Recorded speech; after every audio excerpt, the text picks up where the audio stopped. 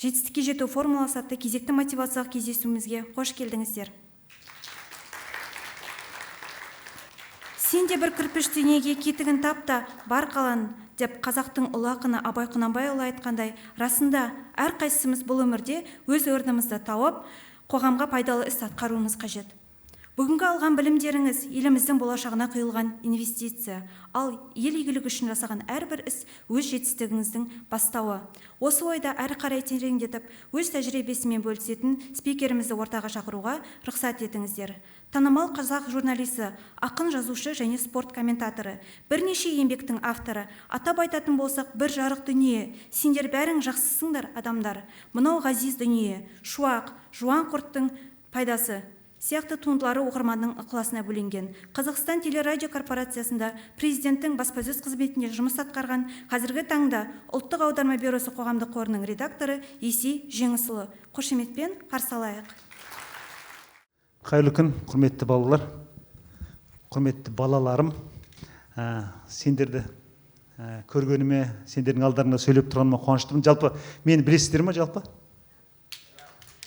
Бұлай аудиторияның сөйлейтін адамды білгені жақсы да, әйтпесе бұлай аспанға қарап бір өзіңмен өзің сөйлеп кеткен сияқты. Мысалы түндегі Ноттингем Форест Астон Вилла кездесуін көрдіңіздер ме?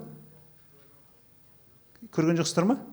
Онда мен кім үшін сөйлегем десем, сол матчты мен жүргіздім ғой, мысалы үшін. Түнгі 3-ке дейін соны жүргіздік. Қазспорт арнасынан. Алла бұйыртса, осы алдағы әлем чемпионатына дайындалып жатырмыз. Соны жүргіземіз, Құдай бұйыртса. 40 күн екен бұл жолы. Соны дайындалып жатырмыз.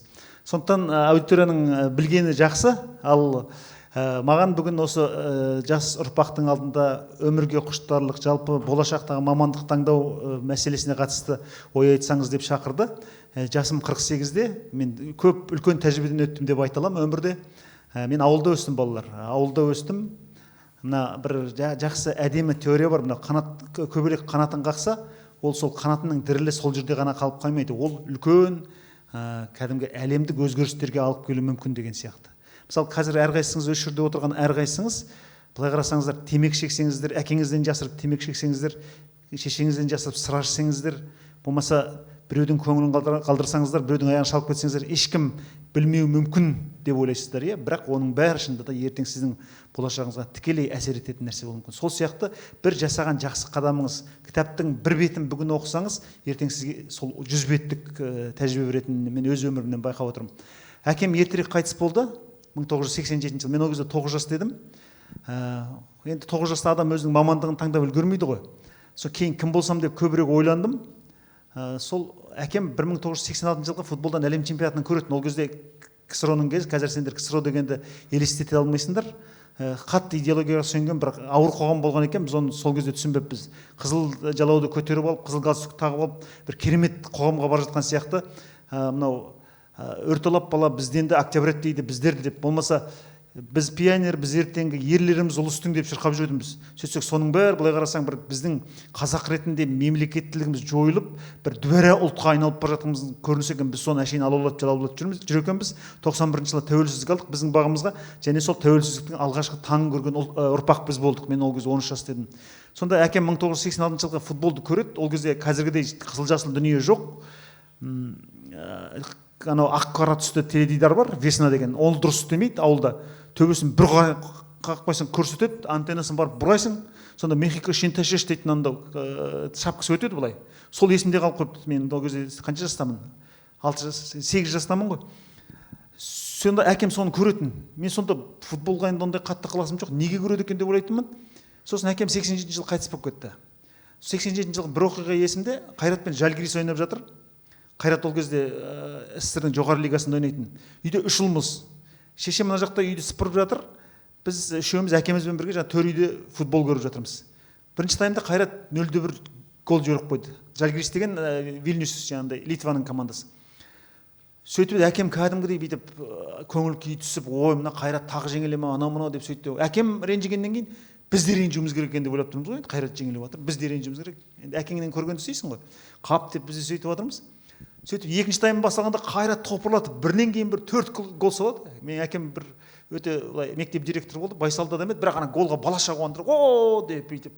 есімде мына қазір Вахид Масудов, Дмитрий Агай, мына Сергей Карачун деген, Александр Убыкин деген ойыншылар болатын. Сол гол соқты, әкем аға деп қуанған сайын біз мама гол дейміз да сыртқа жүгіріп шығамыз. Мамамның сыпырып жатқан жерін түгел қайтадан алып кіреміз. Мамам бізді қуып тығады, сол 4 голға сөйтіп 4 рет қуандық. Әкем қайтыс болғаннан кейін мен өзім суретші боламын дедім, айттым, бүйттім. Сөйтіп менің алдымда ағам бар, өзімнің тете ағам, қазір өзіміздің ауылдың әкімі. Сол тілі өте қу, сен суретші боламайсың деді, сен сурет саламайсың деді. Мен анау болайын деп, сен ол боламайсың, сен ғалым боламайсың, сен анау боламайсың. Бүкіл менің жаңағы қазіргі сіздердің тілмен айтқанда мотивациямды құртып тастады да. Сосын мен әбден күйіп кеттім да айттым, мен ит атқыш боламын дедім. Біздің ауылда андай қаңғып жүрген иттерді ататын бір маусымдық жұмыс болатын. Өте сүйкімсіз адам еді да, өйткені байлаулы тұрған иттерді атып кететін да. Сол ит атқыш боламын деп әбден күйіп кеткен ғой енді. Мен не істесем де жақтырмайды екен, ақыры ит атқыш боламын деп. Сөйтсе ит атқыш болу үшін мергендік керек екен ғой, оны қайдан білеміз? Қазір мылтықта ұстай алмаймыз мысалы.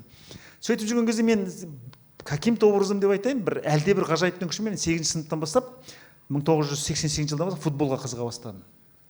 Футболға қызыға бастадым, бірақ бойым шағындау болды. Оның үстіне ауылда спорттың да үлкен қыр-сырын үйрететін ешкім жоқ. Футболшы болғым кетті, бірақ өзіме мүмкіндігімді тікелей бағаладым. Мен футболшы бола алмаймын. Біріншіден бойым қысқа, екіншіден шеберлігім жоқ. Мен ешқандай футболшы боламын. Мен ешқандай футболшы шықпайды деп өзім. Бірақ спорт журналисті боламын дедім. Сәуірбек Бақбергенов деген жазушының 13-ші ойыншы деген кітабы қолыма түсті. Анан өліп тұрып оқыдым. Сосын біздің ауданнан шыққанмын, мен Алматы облысы Кеген ауданынанмын, сол Кегенде туғанмын. Сол Кегендік Келеке Құсайынов деген жазушы кісі бар.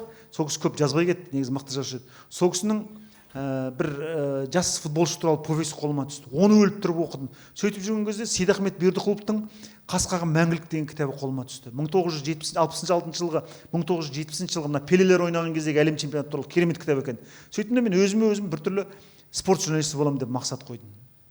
Енді ең қызығын айтайын, мына Несіп Жүнісбаевтың футболмен тыныстаған Испания, сосын Мексикадағы футбол тойы деген 82 жылғы әлем чемпионаты, 86 жылғы әлем чемпионаты туралы кітаптары біздің ауылда өте қат болды, қолға түспеді.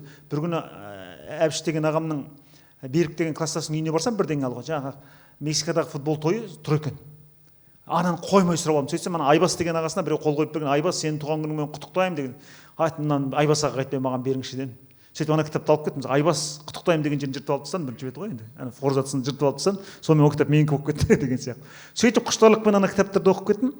Сөйтіп 91 жылдан бастап республикалық олимпиадаға қатыса бастадым. Араларыңызда олимпиадаға қатысқандар бар ма?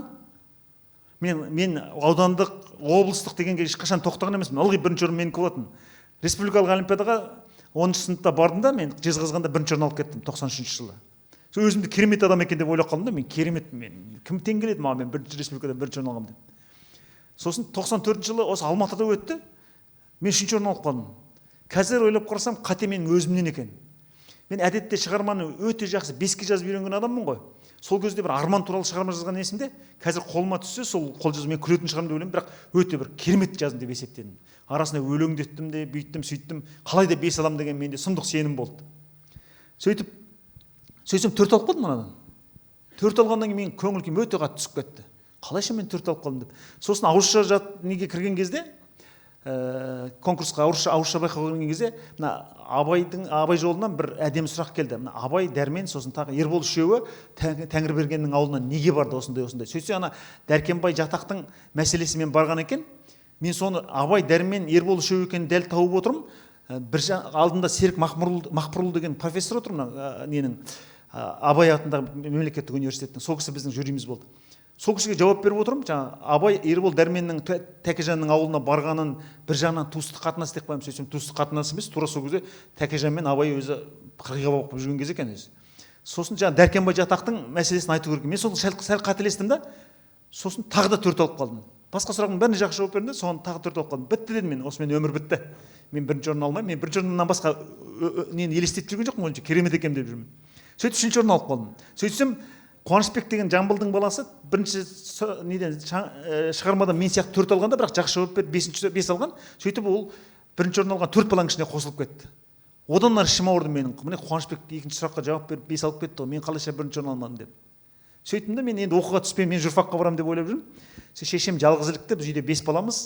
Маған дейінгі бір әпкем, 2 ағам техникум училищеде оқып жатты, университетке түсе алмады. Бәрі енді өте талантты жігіттер еді, қыздар еді. Қазір енді Құдайға шүкір кейін оқу орнын оқып алды ғой, жоғары оқу орнын. Олардың бәрі сөйтіп техникум нені оқып жатты. Мен мамама айттым, журфакқа барамын дедім. Мама айтты, сен түсе алмайсың ғой балам деді. Ол кезде біздің кезімізде пара деген өте сұмдық болатын.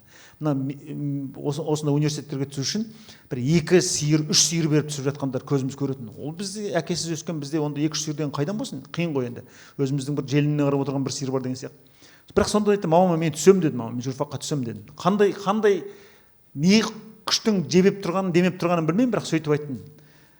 Сөйтіп едім, мамам айтты, қазір мен әкеңнің бір туған бөлесі бар, Алматыда, сонымен сөйлесіп келейін деп. Ол кезде Алматы қазіргі сіздер сияқты, сіздер оп-оңай Лондонға бара саласыздар, оп-оңай Дубайға бара саласыздар, оп-оңай Анталияға бара саласыздар ғой. Ал біз Алматыға жету деген, Алматыдан біз 250 шақырым жерде тұрамыз, сұмдық нәрсе болатын. Алматы бізге бір қол жетпейтін нәрсе көрінетін. Соны шешем кетті, шешем міне қайтыс болғанына 4 жыл болды ғой, сол еңбегін ұмытпаймын, жарықтықтың. 74 жасында қайтыс болды. Сол кісі жаңағы бөлем, әкемнің бөлесімен барып сөйлесіп келді да, маған малдың астын тазартып жатыр едім, ауылда білесіздер ғой, көктемнің кезі біздің ауылға қар қалың түседі, бүйтіп малдың асты қатып қалады да, соны ойып жатқам, қасында Ернат деген сыныптасым бар. Сөйтіп едім, шешем келді да, ана жақтан 2 сумка келе жатыр екен, Алматыдан енді базарлықпен келеді ғой. Алдынан жүгіріп шықтым. Мама қалай деп сөйтіп бетінен сүйіп сөйтіп едім. Жаңағы 2 сумкасын ұстап, түсетін болдың балам деді. Мен аспанға ұшып кеттім, ойбай журфакқа түсетін болдым деп. Сөйттім да, сосын мамам сумкаларын апарып қойып, Ернат екеуміз малдың астын қайтадан тазалап жатырық. Мамам киімін ауыстырып келді да, балам осындай ағаңмен сөйлесіп қайттым. Сен технологиялық университетке түсетін болдың деді, маған айтады. Өмір технология деген елестетіп көрмеген адаммын ғой мен деген. Және ол кезде мен айтысқа қатысатынмын балалармен, жаңағы олимпиадаларға қатысатынмын. Сұмдық ауданда өте бір сондай жалынды бала болдым. 2 ат міндім айтыстан, мысалы. Оразалы Досболсынов ағаларыңды білесіңдер ғой, иә? Сол кісімен 3 рет айтысқаным бар, мысалы үшін. Облыстық айтыстан жап-жақсы жүлдеге егім. Былай айтқанда өзімді керемет адам екем деп ойлап жүрген кезім ғой. Сөйтіп мамам технологиялық университетке түсесің дегенде мен қатты жүнім жығылып қалды. Қолымдағы күректі лақтырып жүрдім да, мама өзің оқы, мен оқымаймын дедім. Сөйтіп мамам да жылап отыра кетті. Қазір ойлап қарасам, мамамды шектен тыс қинаған екен ғой. Балам қолымнан келген осы ғой деді. Мен айттым, бармаймын, бірақ бір есептен өзім ойлаймын, сол кезде мамама да тіл алмай сол журфакқа кеткенім дұрыс болған ғой деп. Сосын тура ненің бәрін қызыл 5-ке тапсырдым, емтихандар қызыл аттестат алдым, қазіргі немен алғанда алтын белгі ғой енді. Сөйтіп мамам жарықты өте ақылды кісі екен, мені шығарып салып тұрды Алматыға. Балам деді, қазір ойлап қарасам, не деген мықты кісі деймін, оқуға түспесең қайтып кел деді. Басқа жұмыс істеймін анау деп әреуіма, мен қасымда 1 жыл боласың, құлақпаған дүние жоқ, келесі жылды қайтадан сол журфакқа тапсырасың деді. Болды дедім. Сөйтсем мамам сұмдық маған стимул берген екен да. Былай, егер жолы болмай құлап қалса, өзін ешкімнен кем сезінбесін деп бір алдын ала мені былай дайындап жіберген екен ғой, қазір ойлап қарасам. Сосын журфакқа келіп едім, маған айтты, аттестатың қызыл ма? Қызыл. Республикалық олимпиададан орның бар ма? Орным бар, міне 3-ші орын. Дипломымды көрсетіп, сөйтіп сен емтихансыз түсесің деді. Сөйтіп бір аптадан кейін келді, нағашым мамамның інісі апарған, бір аптадан кейін қайтадан шауып барып, болды сен түссің, ауылыңа бара бер, күзде бірақ келесің деді. Енді олар не бойынша, дәстүр бойынша аудандық білім бөліміне хабарлап, білім бөлімі мектепке хабарлап, сол кезде ресми расталады екен. Онда ештеңе жоқ. Мен сонда да сенбедім. Бүкіл курстастарым емтихан тапсырып жатқан кезде мен ауылда шөп шауып жаттым. Біздің ауылда шөпті керемет шабады өзі. Әлі күнге дейін сондай. Сосын сонда да шыдай алмай, мынау Нұрбапа жоқ, Бердібек Соқпаевтың 85 жылдығы болды. Сол жаққа айтысқа барып қатыстым. Сол айтысқа барып қатыстым, ол жерден бір таймындым кәдімгідей 2-ші жүлде. Мынау кәдімгі ән мен әншіні жүргізетін Сержан Молдосан ағаларыңыз бар ғой? Сол екеуміз айтыстық. Ана Қасен Саматыров дейтін мықты ақын кісі айтып еді, сол аға Сержанға не айтам деп едім. Сержан қай жылы туған деді. 1974 жылы туған деп едім. Онда бүйткенде белін буғанда туған Сержаным, құрғанда туған Сержан, генерал-майор Устинов өлгенде туған Сержаным деп айтты деді. Соны айттым, сақылдатып, жұрттың бәрі дуылдады. Сөйтіп ол жерден бір таймындым кәдімгідей. Сөйтіп мамама айтпай, жаңа сол жерден қайтқан Жамбыл облысының машинасымен бірге Алматыға кетіп қалып келсем, шынында мен түгел оқуға түскен, ресми расталып тұр екен.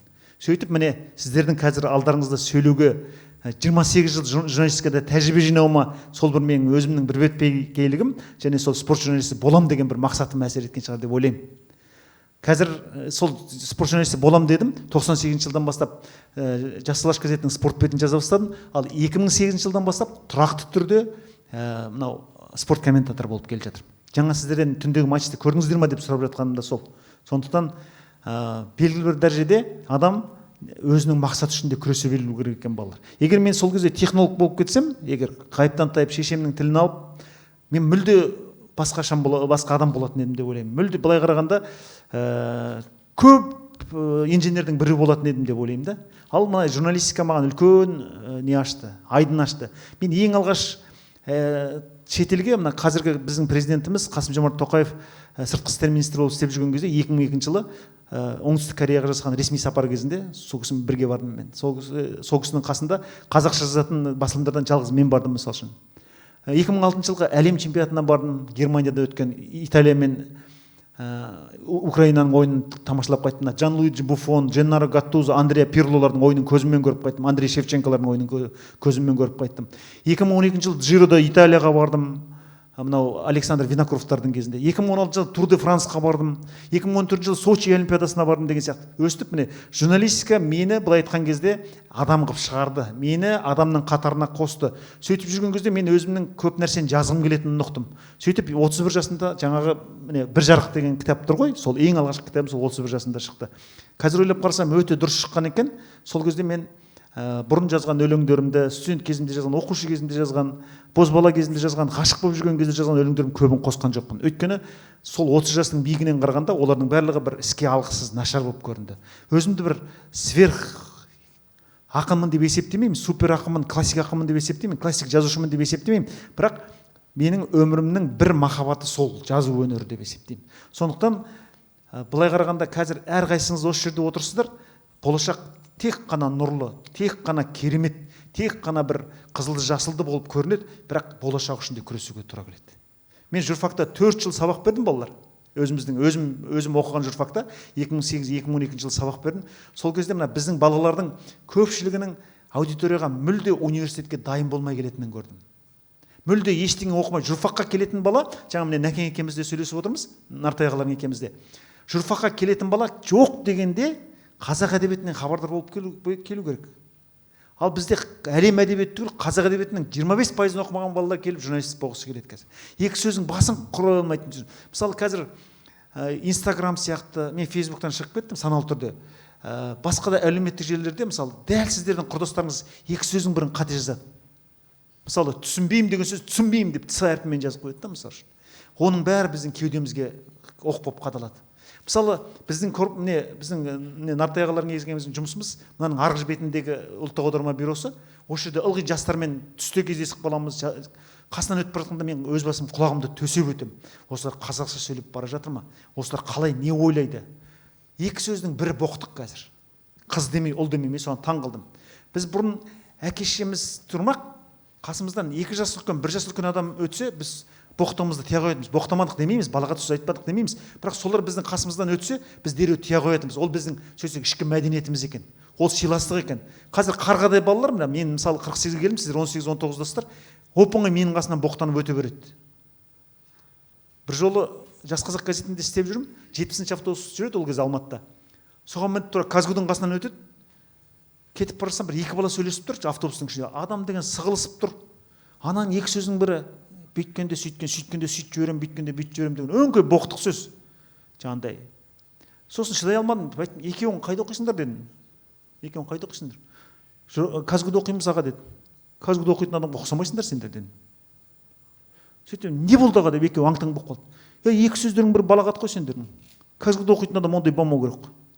Сөйтіп қайта ақылы бар екен, ана дүрсе қойып, мен ұрып тастаса ол жерде ешкім ештеңе демейді ғой. Екеуі дереу тыйыла қалды. Аға кешіріңіз, болды. Дұрыс ескерту жасадыңыз деп. Соң іштей кішкене жақсы болып қалдым да, мысалы, түсінеді екен ғой деп. Бұл нені аңғартады? Балағат деген сөз, мына біз сияқты өмір көріп, шаршап, жолың болмай, сөйтіп жүріп балағат тансаң, ол кешірімді. А сендер өмірді жаңадан бастап жатсыңдар ғой. Демек сендердің іштерің таз емес, іштерің бұлғаныш деген сөз. Сендердің іштеріңде сәулелі нәрсе аз деген сөз. Өйткені адам не сөйлесе, ішінде не бар, сол сыртқа сөз болып шығады. Демек сендердің ойларың бұлғаныш, лас деген сөз мысалы. Жас өзіңнің балаларының сондай қоғамға лас болып қосылып жатқанын көрсең, біз назаланбағанда кім назаланады?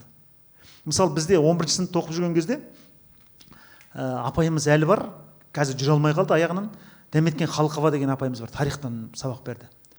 Біз 23 бала бітірдік, сонда қатты күйіп кететін. Біз кішкене 1977 жылғылар неміз кішкене тентектеу болды да мектепте. сонда ана кісі түңіліп кететін ғой. 20 үшін қоғамға асыл емес, масыл болып қосыласыңдар ғой дейді. Сонда біз онша бір қатты мән бермейтінбіз. Шынында да былай қарап тұрсаң, жөнсіз екен шынында да. Жөнсіз екен. Бірақ енді Құдайға шүкір деп айтайын, менің сыныптастарым енді көбі қара жұмыс істейді қазір. Біреу күзетте істейді, біреу заводта істейді деген сияқты. Бір жақсы талантты, мынау математик болуы мүмкін, мынау инженер болуы мүмкін деген балалардың көбі оқу қумай қалды. 9 сыныптан бастап СПТУ-ға кетті. Сонымен қазір 5-тен 6-дан балалар бар, соны бағып оқыса қандай болатын еді деп ойлаймын да мен сол жігіттер. Көрдіңіз ба? Сонда апайдың сөзінің жаны бар екен. Қоғамға масыл емес, асыл болып қосылуға тырысу керек. Жаңа мен сөздің басында көбелек қанатын бір қаққанда дедім ғой. Сол сияқты сіздер жақсы маман болып қалыптассаңыздар, мына қоғамға одан басқа ештеңе керек жоқ екен. Мына қоғамға білімді ұрпақтан басқа ештеңе керек жоқ. Мысалы, сіздер ақпараттық технологияда оқисыздар ғой, иә? Мысалы, иә? Менің Алмат деген інім бар. Алматыдағы осындай тура сіздер сияқты IT университетінде оқыды. Ол да жаңағы әке-шешесінің тілін алмай, грантқа түсе алмай қалды да, бірақ IT-ға түсті. Сөйтіп еді, жеңгем кішкене ренжіді. Енді әйел адам ренжиді ғой қанша дегенмен. Сен қинап біз өзіміз үй салып жатқан кезде, енді сенің оқуыңның ақшасын төлейтін болдық қой, анау ғой, мынау ғой деп әйел адам кішкене қиналады ғой енді. Арғын ойлайды, бүгінгі ойлайды, ертеңгі ойлайды деген сияқты. Сөйтіп еді, ағам айтты, жалғыз ұлым ғой, оқиды ештеңе жоқ деп. Сол Алмат мынандай айтишник болып шықты. Және қазақ тілді айтишник. Өткен жолы Каспийде істеп жүреді, Каспий кезетті, Каспий банкте істеп жүреді, соның айтышы. Bir күн жұмыстан шығып кетті маған дейді, ойбай жынды ма, онда жерден адам шығып кете ма? Ақшасы жақсы, үйін салып алды сол ақшамен деген сияқты. Ағам марқұм болып кетті енді, ағам 48 жасында марқұм болып кетті. Соның жалғыз ұлы ғой енді. Сөйтсем, ағам маған еркіндік керек дейді. Сөйтсе, мына сіздердің мамандықтарыңызды меңгерген адамдар кәдімгідей не қылады екен ғой. Өздері бір слойға бөлінеді екен ғой, иә? Мысалы үшін ол жақсы айлық алмаса, өзінде еркіндік болмаса, ол істемейді екен ол жерде. Біздікі сияқты, біздің кезімізде, мысалы, мен жасылашқа жұмысқа тұрғанда өмірімнің жарты уақыты деп есептедім. Өйткені екінің бірінің қол жетпейтін еді. Кейін Жас Қазақ деген газетті бастады, оны да бір керемет сездім. Ал қазіргі айтишниктер тұрады екен де, ой, ана 700-ақ мың теңге төлеймін, қойшы бармаймын деген сияқты. Қандай ғажап деп ойлаймын да мен мысалы үшін. Және Каспийге былай айтқан кезде қазақ тілді бағыт өте керек қой. Сіздерге мынандай бір қызық нәрсе айтып берейін. Пандемия кезі жұрттың бәрі үйде отырып әйтеуір жұмыс істейтін істеп, істемейтіні әйтеуір аулаға тығылып бірдеңе істеп жатыр. Бізге ол кезде мен осы ұлттық аударма бюросында істейтінмін. Жаңа 100 кітапты аударып жаттық. Үйде жұмысымыз көп болды. Мен график қойып 2 сағат аударма жасаймын, 2 сағат кітап оқимын, 2 сағат шығарма жазамын деп өзім өте жақсы жұмыс істедім сол кезде. Сөйтсем, жаңағы бір ауызашарға барады, кішкене пандемия ашылған уақытта, босаған уақытта. Жаңа менің інім, жаңа айтишник інім. Сөйтсе, бір садақа беретін уақыты, пітір садақа беретін уақыт еді. Сол мешітке барып беріп жүргенше осыны Каспийден төлей салатындай жақсы болатын еді деп сөйтіп айтты. Сөйтсе жаңа арасында Каспийде істейтін бір жігіт отырады екен. Айтты да, ой, онда мен басшылыққа айтам. Болды, әрбір мешіт енгізіп қоямыз. Жаңа неге, Каспийге. Сонымен сіздер пітір садақаны содан төлей бересіздер депті. Сөйтсе соның ортасында бір журналист отырған, ойбай, Каспий кезет осы істейтін болды деп ана ақпаратты шығарып жібереді ғой. Ал ол басшылықпен келісілмеген. Басшылықпен келісілмеген нәрсе өз білесіздер қандай болатынын, не? Ананы басшылық шақырып отырса, сен жындымысың, жұртқа неге сен уәде бересің? Біз оны әлі де ол қанша технологиялық күш керек екен, қандай техникалық күш керек екен, қандай нелер керек екенін білесің ба сен? Ойға уәде беріп қойдың ғой, және аны журналист жазады деп ойламадым аға деп анау қыса қадырақтайды. Ал онда осыған кіріс деп анан, егер осыны істемесең, осы бағытты неге Каспийдің бір тарауға кіргізбесең, мен сені жұмыстан шығарамын дейді. Анау қасына 2-3 команда болады да, сонда 2 аптаның ішінде пітір садақаны әрбір мешітке аударатындай қылып жасап шығарады. Қазір рахат емес пе? Мен мысалы Алматыда отырамын да, мен Алматыдағы үйім Қайрат деген ықшамауданда. Қайрат ықшамаудандағы мешітке мен пітір садақаны оп-оңай жібере беремін. Сонда бір ғана әшейін сөз қандай жақсы нәрсе болды. Және ол қоғамға қандай қызмет етіп жатыр қазір. Сонда сен барып қалтаңдағы ақшаны бүйтіп тастап кеткеннен гөрі айдалада отырасың да пітір садақаны жібере саласың. Бұл не? Бұл техниканың тілі. Бұл не? Бұл техниканың тілінің қазаққа да жұғысты бола бастаған. Демек сіздер әрқайсыңыз отырып қазаққа осындай бір жақсы үлес қоса аласыздар. Ол мына қазаққа, елге деген сөздер бір әншейін ғана айтылып жатқан сияқты көрінеді. Мен жаңа қайталап айтам, сен жақсы адам болмағың, сенің тіліңнің жақсы болмағы, яғни балағат сөз айтпағаның, сенің жақсы азамат болып қалыптасуың қазаққа жақсы. Қазақтың қоғамына жақсы, қазақтың ұрпағына жақсы. Әне мен қызым ұйықтап отыр ана жерде. Мына жақта ағасы жанталасып сөйлеп отыр, бір қызым ұйықтап отыр мына жақта. Ұйықтамаңдаршы, жек көремін сондайды. Сондықтан балалар, біз қолымыздан келгенше осы қоғамға қызмет етуге тырыстық. Біз жер ортасындағы адамдар болдық, жасымыз 50-ге келіп қалды. Енді ұрпағымыздың жақсы болғанын көргіміз. Және ең қызығы бар ғой, менің сөзімді нартай ағаларында жоққа шығарар емес. біз ұрпағымыздың бізден 10 есе 20 есе мықты болғанын қалайды екенбіз. Неге? Өйткені біздің кезімізде дәл қазіргі сіздер сияқты мүмкіндік болған жоқ. Мен 98 жылы жасалышқа жұмысқа тұрған кезде бір компьютеріміз болды. Біз қолмен жазатынбыз ол кезде. Сосын операторларға апарып берген. Операторлар бір 2-3 компьютер бар, соған теретін. Сосын бір күні бәрімізге компьютер алып келді. Ана компьютер жүктеп жіберсең 20 минуттан қосылады. Ғыр. 20 минуттан қосылады. Қызып алғанша бетіне қарап отырасың. Сосын тересің. Ол кезде тергенде біз бір-ақ саусақ толды бір деп. Сонымен ана кешке дейін бір материал теріп бітіресің. Қазір Құдайға шүкір ғой. Ноутбугыңды аласың. Мен тіпті мынадан жүремін де мына телефонмен ақ мысалы кітап оқи беремін қазір. Телефонмен материал жазып жібере беремін мысалы. Қандай рахат деймін да сіздердің замандарыңыз. Біз барып Кәмшат деген оператор апайдың қасына отырып, Кәмшат апай босамайды ол материалдан. Және ол кісі асығып терген кезде 2-3 айда әріпті қатар теріп жібереді. Оны барып қолмен түзетіп келіп қайтадан бересің мысалы. Қазір сіздерге рахат емес пе?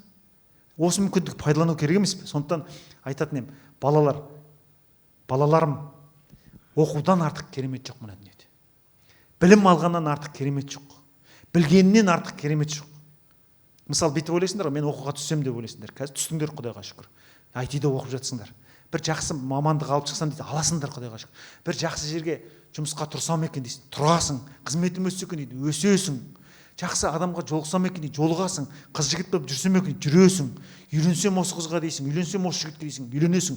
Балаларым болса екен, болады. Ал осының бәрі айналып келген кезде не? Екінің бір істейтін және екінің біріне бұйыратын нығмет былай айтқан кезде. Өйткені адам болып өмірге келген соң сенің өмірдегі қызметің де сол ғой. Өсу, білім алу, ұрпақ қалдыру, ең қызық нәрсе ұрпақ қалдыру. Бірақ ал адамның өзі үшін, іші үшін ең керемет нәрсе не балалар? Өзінің іші, мына санасы үшін не нәрсе ең керемет? Оқу ғана балалар. Оқудан алатын ләззаттан артық ештеңе жоқ. Сен оқу оқысаң, ертең саяхаттағың келеді, әлемді көргің келеді. Сен оқу оқысаң, біреу бірден айтып тұрса, міндетті түрде іштегі біліміңмен салыстырып отырасың. Осы кісі дұрыс айтып тұр ма, өтірік айтып тұр ма? Ана жерде мысалы, кеше мен Инстаграмнан көріп қалдым, поляк елшісі бар екен біздің елімізде, қазақша үйреніп сол айтады. Мен Олжас Сүлейменовтің Азия кітабын 94 жыл Қазақстанға келгенде оқып едім. Сол кезде маған бір керемет нәрсе болып көрініп еді. Ал қазіргі күнмен оқысам, мен білімім өскен.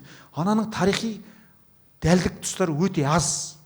Көбінше мына ақындық амбициямен жазылған түстер көп екен дейді. Риза боласың анаған. Демек ол не істеді? Сонша деңгейге дейін өсті ол. Соны өзінің білімін Олжастың Азиясында айтылған нәрселермен салыстыратын деңгейге жетті.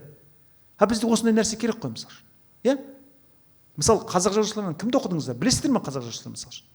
Қазіргі қазақ жазушылар, мысалы, мен бір есімдерді атайын. Әлішер Рахат деген жазушыны білесіздер ме өздеріңіз қатарлы? Міне оқымайсыздар мысалы үшін. Хотя ол сіздердің өздеріңіздің тұрғыластарыңыз. Бейбіт Сарыбайды білесіздер ме? Одан сәл үлкендеу мысалы. Білмейсіздер мысалы үшін, не? Бейбіт Сарыбай кім туралы? Бекзат Саттарханов туралы кітап жазып ұсынды жақында. Ал Арман Әлменбеттің Тергеуші деген жаңадан шыққан романын оқыдыңыздар ма мысалы? Оқыған жоқсыздар. Көрдіңіздер ме? Сіздер өздеріңіздің айналарыңызда не болып жатқанынан қызықпайсыздар. Сіздер былай ойлайсыздар. Мен айтишникпін болды, маған тек осы сала ғана керек. Ал ертең балаң дүниеге келеді. Сонда балаңа сен синий тракторды айтып бересің ме мысалы? Болмаса ай отырып партада екі қол қалтадан айтып болды ма, сонда сенің үйрететінің сол ма мысалы? Сен демек не істейсің? Ата-ана ретінде оған үйрететіндей нәрсең болу керек қой балалар. Ол үйрететін нәрсе орыстың әдебиетінен, әлемнің әдебиетінен алынбайды, сенің өзіңнің қазақ әдебиетінен алынады мысалы. Ұзын құлақ сұрғоян естіп қалып сыбдырды. Ойлы қырлы жерлермен ытқып жүгірді. Сурет тұрған. Ұзын құлақ сұрғоян дейді, естіп қалып сыбдырды. Ойлы қырлы жерден ытқып жүгірді. Түгел сурет мысалы. Мен қазір 6 жастағы балам бар, мен соны мысалы оп-оңай айтып беремін мысалы. Болмаса Жарасқан Әбдірашевтің алфавиттің А тұрады басында, әрқашанда Ә тұрады қасында. Байқадың ба, Б тұрады үшінші, ал осының сыры неде түсінші. А дегенің аналар ғой ардақты, Ә дегенің әкелер ғой салмақты, Б дегенің балалар ғой әдемі, біздің елде үшеуі де кәделі деген өлең бар. Қандай тамаша. Сен соны балаңа айтшы мысалы үшін. Сонда анадан қымбат, әкеден қымбат, баладан қымбат, осы үш одақтан құрылатын отбасы дегеннің ең қымбат нәрсе екенін түсінеді мысалы. Ал біздікілер не істейді? Қазіргі аналар мысалы. Сіздерден 3-4 жас үлкендер ғой қазір аналар мысалы. Не істейді? Синий тракторды қосып қойды, баласы отырады. Синий трактор едет к нам бірдеңе тележкасында кім тұр? Ой, оказывается, сиыр екен. Деп мысалы. Басқа балаға ешқандай беретін білім жоқ. Сосын бала не істейді? 3 жасынан бастап бітті орысша сөйлейді, сен ол баладан айырылып қаласың, болды. Менің айтып отырғаным не? Ғылым тілі қазақ тілі болу керек. Ал ғылым тілін қазақ тілін жасайтын кім? Сіз, мен емес. Жасы 50-ге келген мен емес. сіздер жасайсыздар. Өйткені ол маған жат бұл сала. Өйткені мен бұл саладан өтіп кеттім, мен уже қайрыла алмаймын мен. Өйткені мен қазір мысалы міне Нәкеңдер бізге күнде тапсырма береді, Нәкең менің тікелей бастығым ғой. Кейбір нәрсені түсінбей қаламын мен. Өйткені менің миым оны қабылдамайды екен қазір. Бір чаттарға шығып, мынаны толтырыңдаршы дейді. Мен сонда жерге қарап, аспанға қарап бір отырамын. Өйткені кезінде меңгермегенмін мен оны. Көрдіңіз бе? Сондықтан балалар, көп сөйлеп кетсем ренжімеңіздер. Ең ғажап нәрсе өмірде, өзіңді өзің жетелейтін нәрсе білімге ұмтылу. Одан басқа ештеңе емес. Және мен техникалық саланың қызметкерімін, мен инженер боламын, мен барлық салада оқу керек. Барлық салада білім жинау керек. Ең жоқ дегенде, жаңа мен айтқандай, ең балаңды жұбататындай білуің болу. Мен мысалы 6 жастағы балам түнде жатады да ертегі айтып бер дейді. Мен бір күн ертөстікті айтып беремін, бір күн күнікейді айтып беремін, бір күн ана 4-ші күні не істеймін? Бүкіл ертегім таусылады да мен ойымнан ертегі құрастыра бастаймын. Ал ертегі құрастыру үшін де адамның ішінде білім болу керек. Мысалы мен қазіргі технологияны қосып ертегіні айтпасам, мысалы, ой қолында осындай телефоны бар екен, телефоннан камерасын қосып жіберсе, ана Америкадағы досын көріпті деген сияқты өтірік құрастырмасам, балам маған сенбейді, мысалы үшін. Көрдіңіз бе? Сондықтан ең ғажап нәрсе білім жинау. Мен технологиялық университетке түстім, мен бітті, ертең айтишник болып шығамын, мен деген нәрсе емес. Технологиялық университетке түскен адам міндетті түрде өте білімді болу керек. Сондықтан былай есте қалатын нәрсе айта алдым ба өзі, айта алмадым ба өзі. Бұл былай көп аудиторияда айтып жүрген нәрсе маған аса бір таңсық емес, бірақ бәрібір балалардың көзінен бір жігер көргім келеді, өмірге құштарлық көргім келеді. Мына қазақтың кетік болып жатқан тұсы көп екен ғой, соны шіркін-ай біз толықтырсақ дейтіндей бір жігер көргім келеді. Бірақ кейде аудитория алдыңда ұйықтап отырады өкінішке қарай. Кезінде бізде мысалы Тақауяқтан біз 94 жылы неге Казгөге түскен жылы Тақауяқтан қайтыс болды. Сонда бізде журфактың студенттерін сол кісімен қоштасуға апарды. Сонда біздің топта 30 ба 32 студентпіз. Тақауяқтың қандай роман жазғанын, не жазғанын түгел бәріміз біліп бардық. Боран, жаңағы қаһарлы күндер, шырағың сөнбесін, осының бәріне. Сонда алдымызда жатқан Тақауяқтан біз кәдімгі шын жүрегімізбен қоштастық. Қадыр Мырзалиевпен кездесу өткіздік, Фариза Оңғарсыновамен кездесу өткіздік. Былай айтқанда біздің дәл сіздердей кезіміз өте бір жақсы өтіпті да, былай ойлап қарасаң. Біздің ұстаздарымыз соны бізге кәдімгі неғып отырыпты, итермелеп отырыпты. Сондықтан балалар, ең ғажап нәрсе өзің үшін оқу, қазақ үшін оқу. Осыны сіздерге қатты аманаттағым келеді. Рахмет.